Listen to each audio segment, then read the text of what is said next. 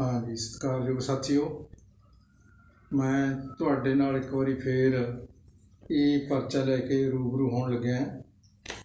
ਇਹ ਪਰਚਾ ਗਿਆਨੀ ਦਿੱਤ ਸਿੰਘ ਜੀ ਦੇ ਜੀਵਨ ਤੇ ਉਹਨਾਂ ਦੀ 172ਵੀਂ ਜਯੰਤੀ ਤੇ ਸ੍ਰੀ ਫਤਿਹਗੜ੍ਹ ਸਾਹਿਬ ਵਿਖੇ ਮੈਂ ਪੜ੍ਹਿਆ ਸੀ ਇਹ। ਤੇ ਉਸ ਦਿਨ ਤੋਂ ਮਗਰੋਂ ਬਹੁਤ ਸਾਰੇ ਸਾਥੀਆਂ ਦੇ ਫੋਨ ਆਏ ਕਿ ਤੁਸੀਂ ਜਿਹੜਾ ਪਰਚਾ ਗਿਆਨੀ ਦਿੱਤ ਸਿੰਘ ਜੀ ਦੇ ਜੀਵਨ ਦੇ ਉੱਤੇ ਪੜ੍ਹਿਆ ਸੀ ਉਸ ਨੂੰ ਆਪਣੇ ਚੈਨਲ ਰਾਹੀਂ ਸਾਡੇ ਤੱਕ ਭੇਜੋ। ਸੋ ਮੈਂ ਇਸੇ ਕਰਕੇ ਉਹੀ ਪਰਚਾ ਅੱਜ ਦੁਬਾਰਾ ਤੁਹਾਡੇ ਕੋਲ ਭੇਜਣ ਦੀ ਕੋਸ਼ਿਸ਼ ਕਰ ਰਿਹਾ। ਤੇ ਪਰਚਾ ਮੈਂ ਖੁਦ ਲਿਖਿਆ ਸੀ ਤੇ ਖੁਦ ਪੜ੍ਹਿਆ ਸੀ ਸ੍ਰੀ ਫਤਿਹਗੜ੍ਹ ਸਾਹਿਬ ਵਿਖੇ।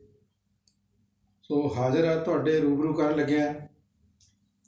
ਸਮੇਂ ਸਮੇਂ 'ਤੇ ਸਾਡੇ ਰਹਿਬਰਾਂ ਨੇ ਮਹਾਨ ਕੁਰਬਾਨੀਆਂ ਦੇ ਕੇ ਇੱਕ ਅਦੁੱਤੀ ਅਤੇ ਸੁਨਹਿਰੀ ਇਤਿਹਾਸ ਸਿਰਜਿਆ ਹੈ। ਭਾਵੇਂ ਉੱਪਰਲੀ ਜਾਤੀ ਦੇ ਅਖੌਤੀ ਕੱਟੜ ਵਿਚਾਰਧਾਰਕ ਬ੍ਰਾਹਮਣੀ ਸੋਚ ਦੇ ਲੋਕਾਂ ਨੇ ਭਾਰਤੀ ਮੂਲ ਨਿਵਾਸੀਆਂ ਦੇ ਇਤਿਹਾਸ ਨੂੰ ਜਾਣ-ਬੁੱਝ ਕੇ ਤੋੜ ਮਰੋੜ ਕੇ ਪੇਸ਼ ਕੀਤਾ ਤਾਂ ਕਿ ਇਸ ਕੌਮ ਦੇ ਮਹਾਨ ਕਾਰਨਾਮਿਆਂ ਦਾ ਇਤਿਹਾਸ ਕਾਲਪਨਿਕ ਅਤੇ ਮਿਥਿਹਾਸ ਬਣ ਜਾਵੇ। ਇਸੇ ਕਾਰਨ ਅੱਜ ਸਾਡੇ ਮਹਾਨ ਰਹਿਬਰਾਂ ਦੇ ਇਤਿਹਾਸ ਨੂੰ ਲੱਭਣ ਵਿੱਚ ਸਾਨੂੰ ਬਹੁਤ ਕਠਿਨਾਈਆਂ ਦਾ ਸਾਹਮਣਾ ਕਰਨਾ ਪੈਂਦਾ ਹੈ। ਪਰ ਬਾਬਾ ਫੂਲੇ ਜੀ ਮਹਾਰਾਜ ਅਤੇ ਬਾਬਾ ਸਾਹਿਬ ਡਾਕਟਰ ਭੀਮ ਰਾਓ ਅੰਬੇਦਕਰ ਜੀ ਦੇ ਸੰਘਰਸ਼ਾਂ ਨੇ ਸਦੀਆਂ ਤੋਂ ਲਤਾੜੇ ਭਾਰਤੀ ਮੂਲ ਨਿਵਾਸੀਆਂ ਨੂੰ ਬੁੱਧੀਜੀਵੀਆਂ, ਵਿਦਵਾਨਾਂ, ਸਮਾਜ ਸ਼ਾਸਤਰੀਆਂ ਅਤੇ ਇਤਿਹਾਸਕਾਰਾਂ ਦੀਆਂ ਕਤਾਰਾਂ ਵਿੱਚ ਖੜ੍ਹਾ ਕਰ ਦਿੱਤਾ ਹੈ। ਇਸੇ ਸੰਦਰਭ ਵਿੱਚ ਅੱਜ ਅਸੀਂ ਪ੍ਰੋਫੈਸਰ ਗਿਆਨੀ ਦਿੱਤ ਸਿੰਘ ਜੀ ਦੀ 172ਵੀਂ ਜਯੰਤੀ ਮਨਾ ਰਹੇ ਹਾਂ। ਜਿਵੇਂ ਸਾਡੇ ਪੁਰਾਤਨ ਧਰਮ ਬੁੱਧ ਧਰਮ ਦੀ ਪੁਨਰ ਸਰਜੀਤੀ ਲਈ ਸਾਡੇ ਮਹਾਨ ਬਜ਼ੁਰਗਾਂ ਨੇ ਆਪਣੀਆਂ ਕੁਰਬਾਨੀਆਂ ਦਿੱਤੀਆਂ, ਇਸੇ ਤਰ੍ਹਾਂ ਸਿੱਖ ਧਰਮ ਨੂੰ ਬ੍ਰਾਹਮਣਵਾਦ ਤੋਂ ਮੁਕੰਮਲ ਮੁਕਤੀ ਦਿਵਾਉਣ ਲਈ ਸਾਡੇ ਮਹਾਨ ਸੂਰਬੀਰ ਯੋਧਿਆਂ ਨੇ ਆਪਣਾ ਪਵਿੱਤਰ ਖੂਨ ਵਹਾਇਆ। ਜਦ ਵੀ ਕਦੀ ਸੱਟ ਪਈ ਤਾਂ ਸਾਡੇ ਬਜ਼ੁਰਗਾਂ ਨੇ ਜੀਵਨ ਦਾਨ ਕਰਕੇ ਇਸ ਨੂੰ ਸੁਰੱਖਿਅਤ ਕੀਤਾ। ਇਹਨਾਂ ਵਿੱਚ ਹੀ ਭਾਰਤੀ ਮੂਲ ਨਿਵਾਸੀ ਮਹਾਨ ਵਿਦਵਾਨ ਸੂਰਬੀਰ ਯੋਧੇ ਪ੍ਰੋਫੈਸਰ ਦਿੱਤ ਸਿੰਘ ਜੀ ਦੀ ਦਾਸਤਾਂ ਤੇ ਸੰਘਰਸ਼ ਰੌਂਗਟੇ ਖੜ੍ਹੇ ਕਰਨ ਵਾਲਾ ਇਤਿਹਾਸ ਹੈ, ਜਿਹੜਾ ਕਿ ਸਾਡੇ ਲਈ ਇੱਕ ਵੱਡਾ ਸਬਕ ਵੀ ਹੈ।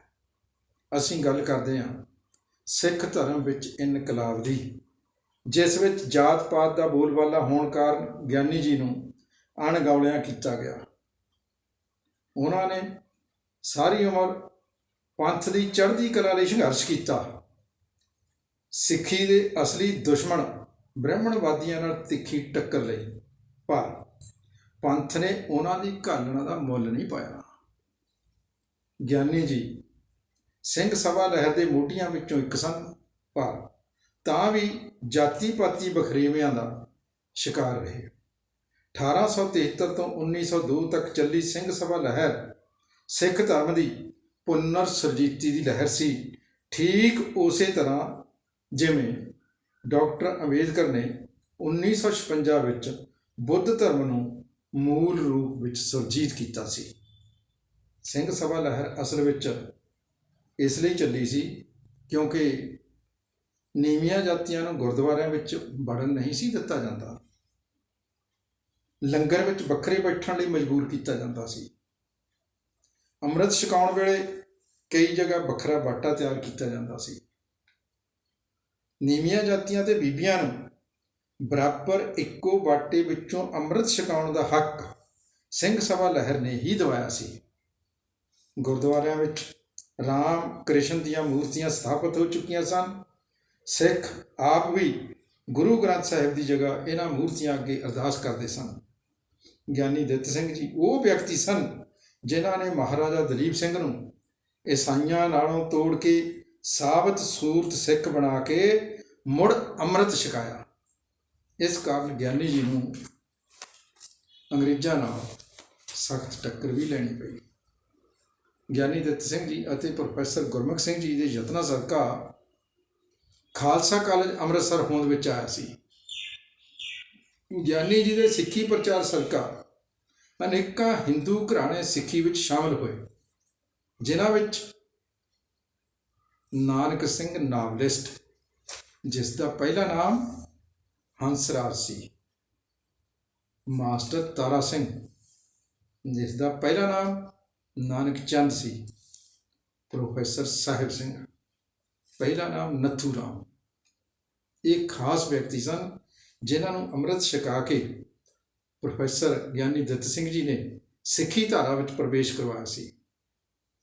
ਇੱਕ ਮਿੰਟ ਲਈ ਮਾਸਟਰ ਤਾਰਾ ਸਿੰਘ ਜੀ ਦੀ ਗੱਲ ਕਰਦਾ। ਇਹ ਉਹੀ ਮਾਸਟਰ ਤਾਰਾ ਸਿੰਘ ਸੀ ਜਿਸ ਨੇ ਬਾਬਾ ਸਾਹਿਬ ਡਾਕਟਰ ਅੰਬੇਦਕਰ ਨੂੰ ਸਿੱਖ ਧਰਮ ਵਿੱਚ ਆਉਣ ਤੋਂ ਰੋਕਣ ਦੀ ਸਾਰੀ ਸਾਜ਼ਿਸ਼ ਰਚੀ ਸੀ। ਜਦੋਂ ਜਦੋਂ ਵੀ ਪ੍ਰਚਾਰ ਪ੍ਰੋਗਰਾਮ ਦੀ ਸਮਾਪਤੀ ਹੋਣੀ ਹੁੰਦੀ ਤਾਂ ਗਿਆਨੀ ਜੀ ਨੂੰ ਨੀਵੀਂ ਜਾਤ ਦਾ ਹੋਣ ਕਰਕੇ ਹੇਠਾਂ ਉਤਾਰ ਦਿੱਤਾ ਜਾਂਦਾ ਤੇ ਭੁੰਜੇ ਬਿਠਾ ਕੇ ਕਾਫੀ ਉੱਚੋਂ ਦੇਗ ਉਹਨਾਂ ਦੇ ਹੱਥਾਂ ਉੱਪਰ ਸੁੱਟੀ ਜਾਂਦੀ ਸੀ। ਕਈ ਵਾਰ ਦੇਗ ਜ਼ਮੀਨ 'ਤੇ ਡਿੱਗ ਪੈਂਦੀ ਸੀ, ਪਰ ਗਿਆਨੀ ਜੀ ਅਤ ਨਿਮਰਤਾ ਨਾਲ ਦੇਗ ਦਾ ਕਿਣਕਾ ਲੈ ਕੇ ਚਲੇ ਜਾਂਦੇ ਸੀ। ਗੁਰਦੁਆਰਿਆਂ ਵਿੱਚ ਇਹ ਗੱਲ ਆਮ ਸੀ ਕਿ ਨੀਵੀਆਂ ਜਾਤਾਂ ਦੇ ਸ਼ਰਧਾਲੂ ਨਾ ਤਾਂ ਅਰਦਾਸ ਕਰ ਸਕਦੇ ਸਨ ਤੇ ਨਾ ਹੀ ਉਹਨਾਂ ਦੀ ਭੇਟ ਪ੍ਰਵਾਨ ਚੜ੍ਹਦੀ ਸੀ ਤੇ ਨਾ ਹੀ ਉਹਨਾਂ ਨੂੰ ਕੜਾਹ ਪ੍ਰਸ਼ਾਦ ਵੰਡਿਆ ਜਾਂਦਾ ਸੀ। ਹੋਰ ਤਾਂ ਹੋਰ ਗਿਆਨੀ ਜੀ ਨੂੰ ਸਿੰਘ ਸਭਾ ਦੀ ਸਮਾਪਤੀ ਤੋਂ ਪਹਿਲਾਂ ਸ੍ਰੀ ਦਰਬਾਰ ਸਾਹਿਬ ਵਿੱਚੋਂ ਕੜਾਹ ਪ੍ਰਸ਼ਾਦ ਵਰਤਣ ਸਮੇਂ ਬਾਹਰ ਆਉਣਾ ਪੈਂਦਾ ਸੀ, ਕਿਉਂਕਿ ਉਹ ਨੀਵੀਂ ਜਾਤ ਦੇ ਸਨ। ਗੱਲ ਕੀ, ਤਖਤਾਂ, ਧਰਮਾਂ, ਬੰਗਿਆਂ ਤੇ ਡੇਰਿਆਂ ਨੂੰ ਮਹੰਤ ਜਾਂ ਨਾਜ਼ਮ ਆਪਣੀ ਜਾਇਦਾਦ ਸਮਝਣ ਲੱਗੇ। ਡਿੱਗਦੇ ਡਿੱਗਦੇ ਸਿੱਖ ਇੱਥੋਂ ਤੱਕ ਜਾ ਡਿਗੇ ਕਿ ਉਹਨਾਂ ਦੀ ਸੂਰਤ ਸਿੱਖ ਵਾਲੀ ਪਰ ਸੀਰਤ ਬ੍ਰਾਹਮਣਾਂ ਵਾਲੀ ਬਣ ਗਈ ਸੀ। ਜਿਨ੍ਹਾਂ ਕੁਰੀਤੀਆਂ ਵਿਰੁੱਧ ਗੁਰੂ ਸਾਹਿਬਾਂ ਨੇ ਲੰਮਾ ਸੰਘਰਸ਼ ਕੀਤਾ, ਉਹ ਸਾਰੀਆਂ ਮੁੜ ਸਥਾਪਿਤ ਹੋ ਗਈਆਂ। ਗਿਆਨੀ ਜੀ ਨੇ ਇਹਨਾਂ ਕੁਰੀਤੀਆਂ ਅਤੇ ਅਲਾਮਤਾਂ ਵਿਰੁੱਧ ਦ੍ਰਿੜਤਾ ਅਤੇ ਦਲੇਰੀ ਨਾਲ ਝੰਡਾ ਬੁਲੰਦ ਕੀਤਾ।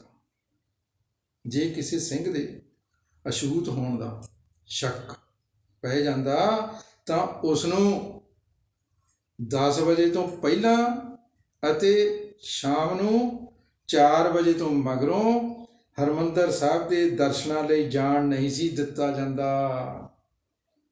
ਸੋ ਧਰਮ ਦੇ ਠੇਕੇਦਾਰਾਂ ਨੇ ਇੱਥੋਂ ਤੱਕ ਹੱਦ ਕਰ ਦਿੱਤੀ ਕਿ ਗਿਆਨੀ ਜੀ ਦੇ ਸਾਥੀਆਂ ਦੀ ਗੁਰਦੁਆਰਿਆਂ ਵਿੱਚ ਅਰਦਾਸ ਕਰਨ 'ਤੇ ਪਾਬੰਦੀ ਲਗਾ ਦਿੱਤੀ।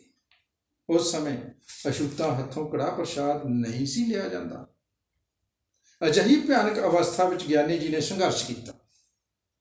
ਉਹਨਾਂ ਦੇ ਹੀ ਸੰਘਰਸ਼ ਦਾ ਸਿੱਟਾ ਸੀ ਕਿ ਵਿਸਾਖੀ ਵਾਲੇ ਦਿਨ ਮਜ਼੍ਹਬੀ ਸਿੰਘਾਂ ਦੇ ਇੱਕ ਜਥੇ ਨੇ ਸ੍ਰੀ ਅਕਾਲ ਤਖਤ ਸਾਹਿਬ 'ਤੇ ਕੜਾਹ ਪ੍ਰਸ਼ਾਦ ਲਿਆਂਦਾ ਤੇ ਨਾ ਲੈਣ 'ਤੇ ਉਹਨਾਂ ਨੇ ਪੁਜਾਰੀਆਂ ਨੂੰ ਸੁੱਧਣ ਦਾ ਇਰਾਦਾ ਕਰ ਲਿਆ। ਪੁਜਾਰੀ ਉਹਨਾਂ ਦਾ ਰੋਹ ਦੇਖ ਕੇ ਆਪ ਹੀ ਦਰਬਾਰ ਸਾਹਿਬ ਛੱਡ ਕੇ ਨੱਸ ਗਏ। ਉਸ ਸਮੇਂ ਦੇ ਨਕਲੀ ਸਿੱਖਾਂ ਬਾਰੇ ਗਿਆਨੀ ਜੀ ਨੇ ਆਪਣੀ ਪੁਸਤਕ ਨਕਲੀ ਸਿੱਖ ਪ੍ਰਬੋਧ ਵਿੱਚ ਵਿਸਥਾਰਪੂਰਵਕ ਇਹ ਕਹਾਣੀਆਂ ਸਾਰੀਆਂ ਲਿਖੀਆਂ ਨੇ। SGPC ਦੇ ਕਿਰਦਾਰ ਸੰਬੰਧੀ Giani Ditt Singh memorial international society ਦੇ ਪ੍ਰਧਾਨ ਸਰਦਾਰ ਨਸੀਬ ਸਿੰਘ ਸੇਵਕ ਦਾ ਕਥਨ ਹੈ, ਸ਼੍ਰੋਮਣੀ ਕਮੇਟੀ ਵਿੱਚ ਜੱਟਵਾਦ ਭਾਰੂ ਹੈ। ਜੇਕਰ ਗਿਆਨੀ ਦਿੱਤ ਸਿੰਘ ਜੀ ਦਲਿਤ ਸਮਾਜ ਵਿੱਚ ਪੈਦਾ ਹੋਏ ਤਾਂ ਉਹਨਾਂ ਨੂੰ ਦਲਿਤ ਹੋਣ ਦੇ ਭਰਮ ਵਿੱਚ ਹੀ ਵਿਸਾਰ ਦਿੱਤਾ ਗਿਆ ਹੈ। ਇਹ ਗੱਲ ਸਰਦਾਰ ਨਸੀਬ ਸਿੰਘ ਜੀ ਲਿਖਦੇ ਨੇ। ਗਿਆਨੀ ਜੀ 1878 ਵਿੱਚ ਅਛੂਤ ਹੁੰਦਿਆਂ ਓਰੀਐਂਟਲ ਕਾਲਜ ਦੇ ਪੰਜਾਬੀ ਭਾਸ਼ਾ ਦੇ ਪ੍ਰਥਮ ਪ੍ਰੋਫੈਸਰ ਲੱਗੇ। ਇਹ ਉਹ ਸਮਾਂ ਸੀ ਜਦੋਂ ਮਹਾਤਮਾ ਫੂਲੇ ਜੀ ਅਛੂਤਾਂ ਲਈ ਪ੍ਰਾਇਮਰੀ ਪੱਧਰ ਦੇ ਸਕੂਲ ਸਥਾਪਿਤ ਕਰਨ ਲੱਗੇ ਹੋਏ ਸਨ ਤੇ ਸ਼ਾਹੂ ਛਤਰਪਤੀ ਜੀ ਨੀਵੀਆਂ ਜਾਤਾਂ 'ਚੋਂ 5ਵੀਂ 10ਵੀਂ ਪਾਸ ਕਰਵਾਉਣ ਲਈ ਆਪਣੇ ਰਾਜ ਵਿੱਚ ਪ੍ਰਾਇਮਰੀ ਵਿੱਦਿਆ ਨੂੰ ਲਾਜ਼ਮੀ ਕਰਨ ਦਾ ਕਾਨੂੰਨ ਲਾਗੂ ਕਰਨ ਲੱਗੇ ਹੋਏ ਸਨ। ਗਿਆਨੀ ਜੀ ਦੇ ਗੁਰਭਾਈ ਪ੍ਰੋਫੈਸਰ ਗੁਰਮੁਖ ਸਿੰਘ ਜੀ ਨੇ ਇੱਕ ਰਸਾਲਾ ਛਾਪਿਆ ਜੋ ਮੂਰਤੀ ਪੂਜਾ ਦੇ ਵਿਰੁੱਧ ਸੀ, ਜਿਸ ਵਿੱਚ ਪ੍ਰੋਫੈਸਰ ਗੁਰਮੁਖ ਸਿੰਘ ਜੀ ਨੂੰ ਇਹਨਾਂ ਦੇ ਮੁਖਾਲਫਾਂ ਨੇ ਪੰਥ ਵਿੱਚੋਂ ਖਾਰਜ ਕਰਨ ਦਾ ਫਤਵਾ ਜਾਰੀ ਕਰ ਦਿੱਤਾ। ਇਸ ਦੇ ਵਿਰੋਧ ਵਿੱਚ ਜਦੋਂ ਗਿਆਨੀ ਜੀ ਨੇ ਪ੍ਰੋਫੈਸਰ ਗੁਰਮੁਖ ਸਿੰਘ ਜੀ ਦੀ ਸਚਾਈ ਹਿੱਤ ਸੁਪਨ ਨਾਟਕ ਛਾਪਿਆ ਤਾਂ ਵਿਰੋਧੀਆਂ ਨੇ ਉਹਨਾਂ 'ਤੇ ਵੀ ਮੁਕੱਦਮਾ ਠੋਕ ਦਿੱਤਾ ਤੇ ਅੰਤ ਅਦਾਲਤ ਨੇ ਗਿਆਨੀ ਜੀ ਨੂੰ 511 ਰੁਪਏ ਦਾ ਜੁਰਮਾਨਾ ਕੀਤਾ। ਭਾਵੇਂ ਉਤਲੀ ਅਦਾਲਤ ਵਿੱਚ ਜਾ ਕੇ ਉਹ ਬਰੀ ਹੋ ਗਏ, ਪਰ ਇਸ ਦੇ ਨਤੀਜੇ ਵਜੋਂ ਪਰੇਸ਼ਾਨੀਆਂ ਵਿੱਚ ਫਸਿਆ ਲਾਹੌਰ ਪ੍ਰੈਸ ਅਤੇ ਖਾਲਸਾ ਅਖਬਾਰ ਬੰਦ ਹੋ ਗਏ। 1 ਮਈ 1893 ਨੂੰ ਖਾਲਸਾ ਅਖਬਾਰ ਮੁੜ ਚਾਲੂ ਹੋ ਗਿਆ। ਗਿਆਨੀ ਜੀ 8 ਸਾਲ ਤੱਕ ਇਸ ਦੇ ਸੰਪਾਦਕ ਰਹੇ। ਇਸ ਸਮੇਂ ਗਿਆਨੀ ਜੀ ਨੇ ਵਿਸ਼ੇਸ਼ ਤੌਰ 'ਤੇ ਪੁਜਾਰੀਆਂ, ਮਹੰਤਾਂ, ਸੋਢੀਆਂ ਅਤੇ ਬੇਦੀਆਂ ਦੀਆਂ ਕੁਚਾਲਾਂ ਨੂੰ ਨੰਗਾ ਕੀਤਾ। ਕਈ ਵਾਰ ਉਹਨਾਂ 'ਤੇ ਸਰੀਰਕ ਹਮਲਾ ਵੀ ਕੀਤਾ ਗਿਆ।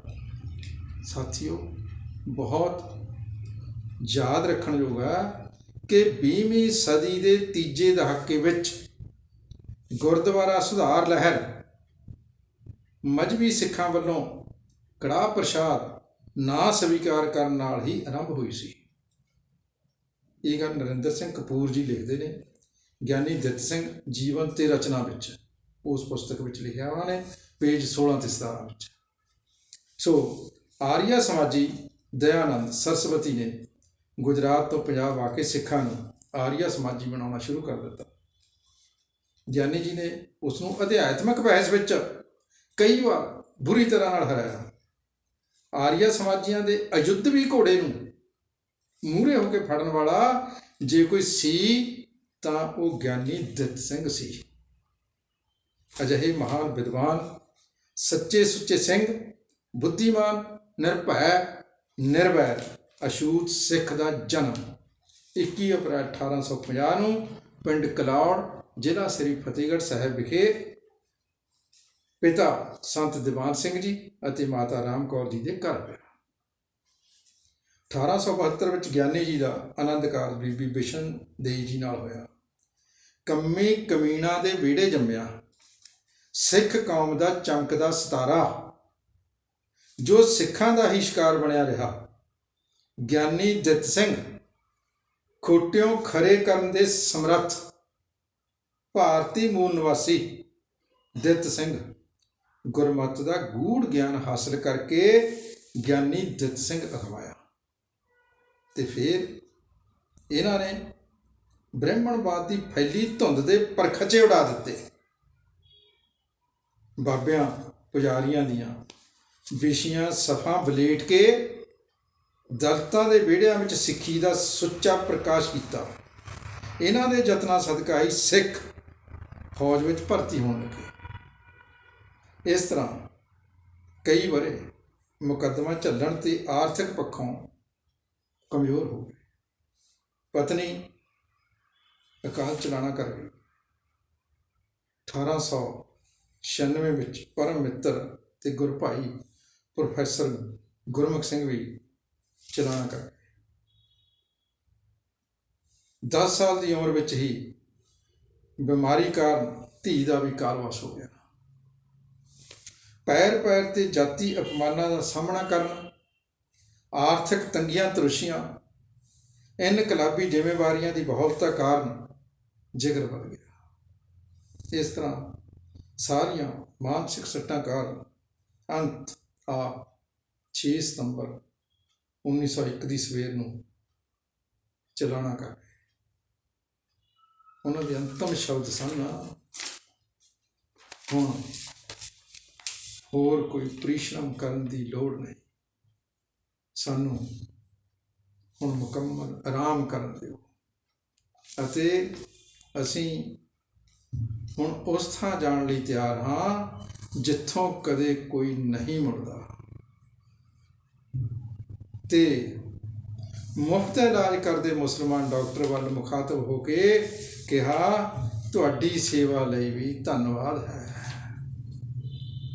ਪਰ ਕਿੰਨੀ ਬੇਸ਼ਰਮ, ਢੀਠ ਤੇ ਬਦਜਾਤ ਹੈ ਬੰਦੇ ਦੀ ਜਾਤੀ ਮਾਨਸਿਕਤਾ ਕਿ ਜਿਹੜਾ ਵੀ ਧਰਮ, ਵਰਨ, ਜਾਤ ਅਤੇ ਸਮਾਜਿਕ ਵੰਡ ਦੇ ਖਿਲਾਫ ਉੱਠਿਆ, ਉਹ ਅੰਤ ਬ੍ਰਾਹਮਣਵਾਦੀਆਂ ਦੇ ਢਹੇ ਚੜ੍ਹ ਗਿਆ, ਜਿਸ ਨੂੰ ਸੁਰੱਖਿਅਤ ਅਤੇ ਪੁਨਰ ਸੁਰਜੀਤ ਕਰਨ ਲਈ ਨੀਵੀਂ ਜਾਤ ਦੇ ਮਨੁੱਖਾਂ ਨੂੰ ਭੋਰਾ ਹੋ ਕੇ ਮਰਨਾ ਖਪਣਾ ਪਿਆ ਅਤੇ ਸਿੱਖਾਂ ਹੱਥੋਂ ਜਲੀਲ ਹੋਣਾ ਪਿਆ। ਸੋ ਮੈਂ ਉਸ ਮਹਾਨ ਯੁੱਗ ਪੁਰਸ਼, ਸੱਚੇ ਸੁੱਚੇ ਸੰਤ, ਗੁਰੂ ਮਾਰਗ ਤੇ ਮਰ ਮਿਟਣ ਵਾਲੇ ਬਾਬਾ ਦਿੱਤ ਸਿੰਘ ਜੀ ਨੂੰ ਅਤੇ ਉਹਨਾਂ ਦੇ ਲਾਸਾਨੀ ਸੰਘਰਸ਼ ਨੂੰ ਅਤੇ ਸਿੱਖ ਧਰਮ ਦੀ ਪੁਨਰ ਸੁਰਜੀਤੀ ਲਈ ਕੀਤੇ ਗਏ ਉਹਨਾਂ ਦੇ ਮਹਾਨ ਕੰਮਾਂ ਨੂੰ ਅਤੇ ਮਹਾਨ ਕੁਰਬਾਨੀ ਨੂੰ ਲੱਖ ਲੱਖ ਪ੍ਰਣਾਮ ਕਰਦਾ ਹੈ। ਸੋ ਇਹ ਪਰਚਾ ਸੀ ਜਿਹੜਾ ਗਿਆਨੀ ਦਿੱਤ ਸਿੰਘ ਜੀ ਦੇ ਜੀਵਨ 'ਤੇ ਤੁਹਾਡੇ ਨਾਲ ਉਹਨਾਂ ਦੀ 172ਵੀਂ ਜਯੰਤੀ 'ਤੇ ਮੈਂ ਰੂਬਰੂ ਕਰ ਰਿਹਾ। ਸੋ ਮੈਂ ਤੁਹਾਨੂੰ ਬੇਨਤੀ ਕਰੂੰਗਾ ਕਿ ਮੇਰਾ ਇਹ ਚੈਨਲ ਜਿਹੜਾ ਲਾਈਕ ਵੀ ਕਰੋ ਅਤੇ ਸਬਸਕ੍ਰਾਈਬ ਵੀ ਕਰੋ, ਤਾਂ ਕਿ ਇਤਿਹਾਸ ਜਿਹੜਾ ਹੈਗਾ ਉਹ ਪੁਣ ਛਣ ਕੇ ਅਸਲ ਇਤਿਹਾਸ, ਮਿਥਿਹਾਸ ਨਹੀਂ, ਅਸਲ ਇਤਿਹਾਸ ਤੁਹਾਡੇ ਤੱਕ ਪਹੁੰਚਦਾ ਰਹੇ। ਸੋ ਇਹਨਾਂ ਸ਼ਬਦਾਂ ਨਾਲ ਤੁਹਾਡਾ ਸਾਰੇ ਸਾਥੀਆਂ ਦਾ ਬਹੁਤ ਬਹੁਤ ਧੰਨਵਾਦ।